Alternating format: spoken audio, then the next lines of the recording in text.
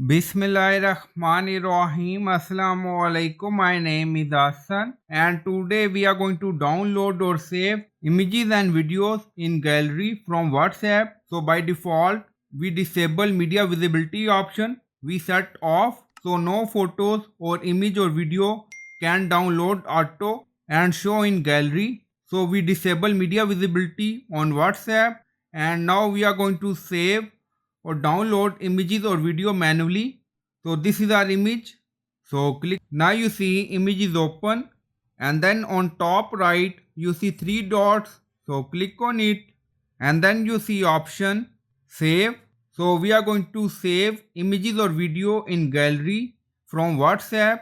So click on save, and then you see message save successfully. So after that this image or video will display or show in gallery in your mobile. So I hope you like this video. Please like, comment, share, subscribe. Thank you for watching.